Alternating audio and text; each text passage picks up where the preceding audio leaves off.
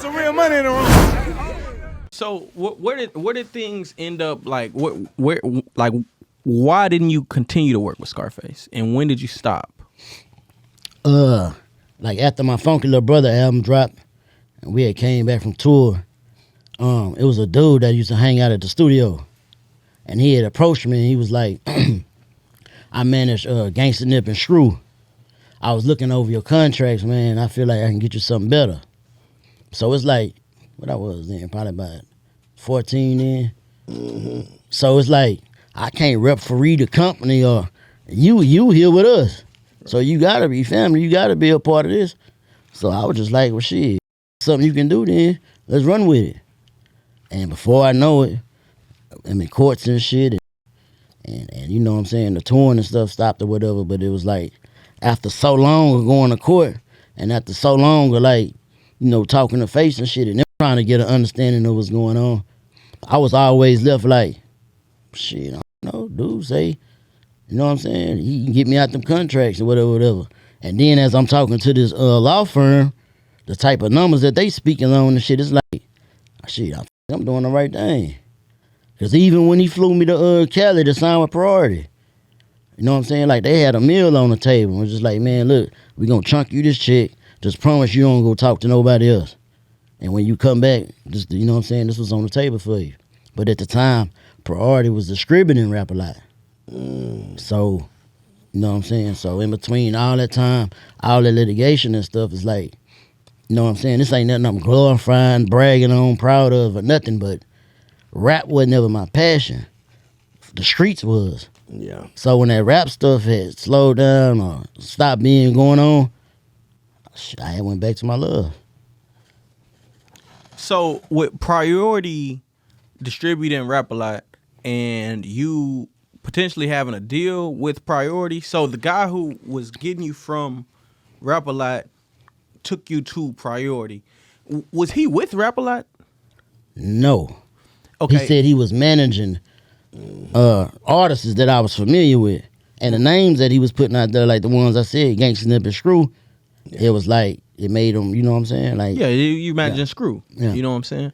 Well, and I asked that because I remember reading in Jay Prince's book that he had jurisdiction through the companies that he distributed. Like, for example, and I may be quoting this wrong, but I remember reading when the Swisher House deal went through and then it went bad, it was like, well, if y'all would have went through me, it would have been good. You know what I'm saying? And he still ended up eating somehow. So I'm saying that to say, like, did that stop Priority from ultimately signing you, or? Yeah, because we were still in litigation, and it's a conflict of interest. Right. So it's like, I'm in courts, this still my artist, and you know what I'm saying? I got the last say on. So by Priority distributing Rap a Lot and during the time where everything they dropping from Scarface to Ghetto Boys and them putting up numbers, we ain't finna jeopardize all this for this. So it's like, I guess, hey man, you know, I bad. We tried, but bad advice. Yeah. Right. Did you ever like recoup on anything? Get any, like, you know what I mean? Like, if y'all did do platinum records, and I know they were talking millions, because that's probably, you know, what would end up translating into. You know what I mean? Were you ever reimbursed or recompensated, or? Yeah. Because you know how law firms shoot, they gonna shoot to the top. Right. Then you negotiate. But like during that same grace period where it was like I wasn't rapping and back in them streets and started catching them cases and stuff, I never, like, that court feeling, I never became familiar with that whole court stuff. Like, so after so many times of going to court and stuff, I'm like, man, this ain't what's up, man. Because it's like my brother and them over here, and just everything just ain't even feeling right. So, man, what I got to do to end this? So, you know, we settled out of the court, came, you know, with a cool number, and, you know, kept it pushing. So how did Scarface feel about the whole thing? Really, man, you can't look at it no other way than here it is, a little kid, man. He don't know no better. Yeah. And then, old boy, I mean, he a businessman and, you know, had an opportunity. And I mean, the play he went with made everything happen. Right. Yeah, but like, once all them court stuff and I got this settlement and stuff, and me and old boy started having like little certain situations, probably if our bond would have stayed tight, we could have went anywhere. You know what I'm saying? Because I'm on Billboard and everything. So it's like we could have went anywhere, but it's like, I don't know, like a little snakish like org came upon dude. And it was like, man. It wasn't right with Screw either, though. Yeah. Yeah. So what are you doing now? Like after that, basically after the court situation, y'all settle out. Like what was where'd you go? Man, back to the streets, in and off lock. One of them years that was at, I had LaTroy was doing that Sitting Fat Down South album. So, you know, he pulled up on the block, came grab me. And, you know, I had brought youngster and stuff with me there. Yeah. And dropped the song on that Sitting Fat Down South album. And when that Wanna Be a Baller took off the way it did, you know what I'm saying, did some little touring off of that, but once we came off tour, I wasn't able to keep the handcuffs up off of me. And that was the reality for a lot of Houston artists, to where they just couldn't stay free. You know what I mean? And they had action at that time. I remember, I think Trey D was with Straight Profit, and he was telling me something similar, you know, as the song with when Youngster took off, it was like, you know what I'm saying, he got locked right up. You know what I mean? And then even the whole Youngster thing is like a lot of Houston artists who got that shine couldn't stay off drugs. Well, I ain't gonna say drugs got nothing to do with it, man. You know, you've been having hippies and people who elevate they brand or do whatever they do, and they, you know what I'm saying? It's just, if you just look at, you'll hear probably like a lot of rappers say this. I can only speak for me. And I interviewed Youngster, and he said that's why I'm not trying to talk down too. You know what I mean? So I can speak for me, right? Because during the time where, you know, I was really, you know what I'm saying, doing my rap shit, that was during the time where we was like getting us a support from the city. Right. But like what you would hear a lot of rappers say, somebody here, man, Houston don't support us. Like you'll get some of our biggest names and some of our artists that's just as jamming or harder than all these other artists, but we go do a show, man, it might be 200-300 people there. Somebody from out of town come, they selling out the whole goddamn stadium. You know, I heard this from Zero earlier this year, like really earlier last month, where he said that Houston don't support Houston artists. You know what I'm saying? He said Houston don't support Houston.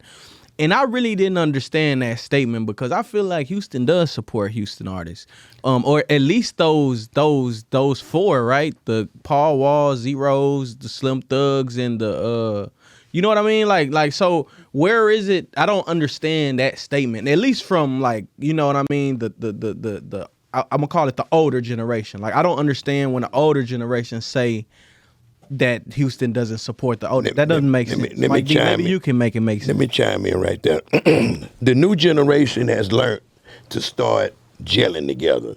We did have a time where we supported each other. It was a time during the Screw era where we learned from the Tulo, Scarface, Gangsta Nip, South Park Coalition era, that if I drop an album, Kiki gonna be on it. If Kiki drop an album, Pokey gonna be on it. If Pokey drop an album.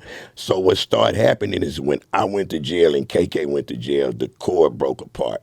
So other people like D-Rec, Jam Down, all these different people start forming their own record labels and pulling everybody apart, right? And start doing their own. So Screwed Up Click was one big nucleus, right? So when they pulled them apart, because like say I come from Beaumont, I come from Atlanta, I come from here, they hot, I come in here and I sign these guys, right? So now I pull them apart, I pay the other guy to do a feature, so now it's all about money.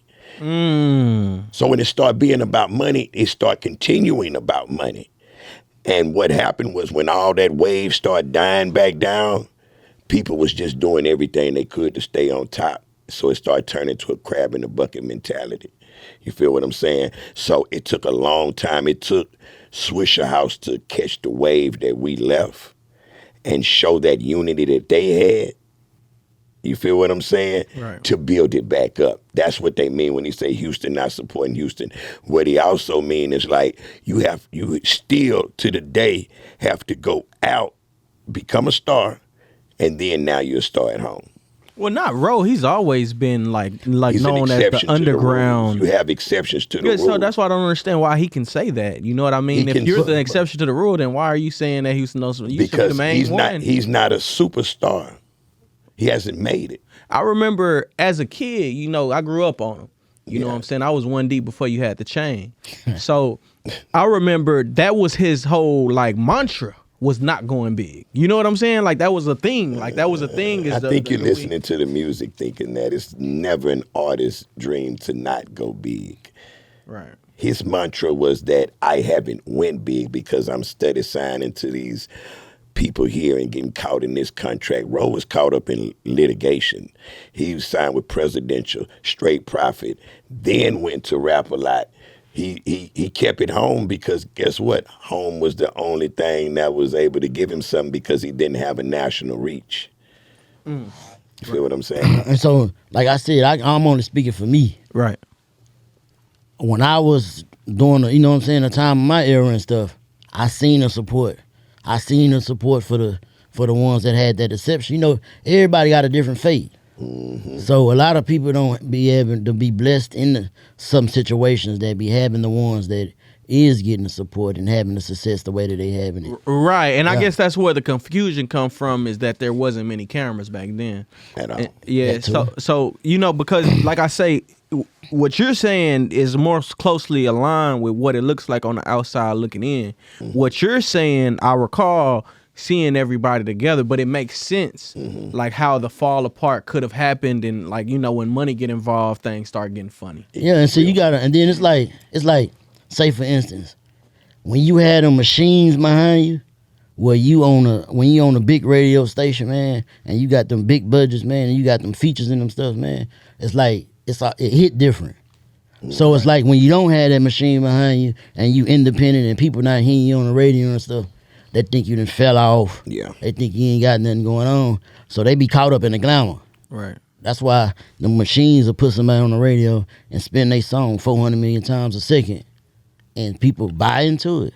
Right. So since you don't be hearing us on the radio and stuff, people be thinking we ain't got nothing going, we ain't doing what we doing. But that's why at one point when whoever was selling millions, when they had all on what was that, Koch and all that other stuff. Everybody ran. Yeah, when people start catching on, well, shit, I got a brand, man. I can sell me 100,000, and eat better than I will going platinum with these major labels. Right. Cut. Hey, RealToon, this is real money in the room.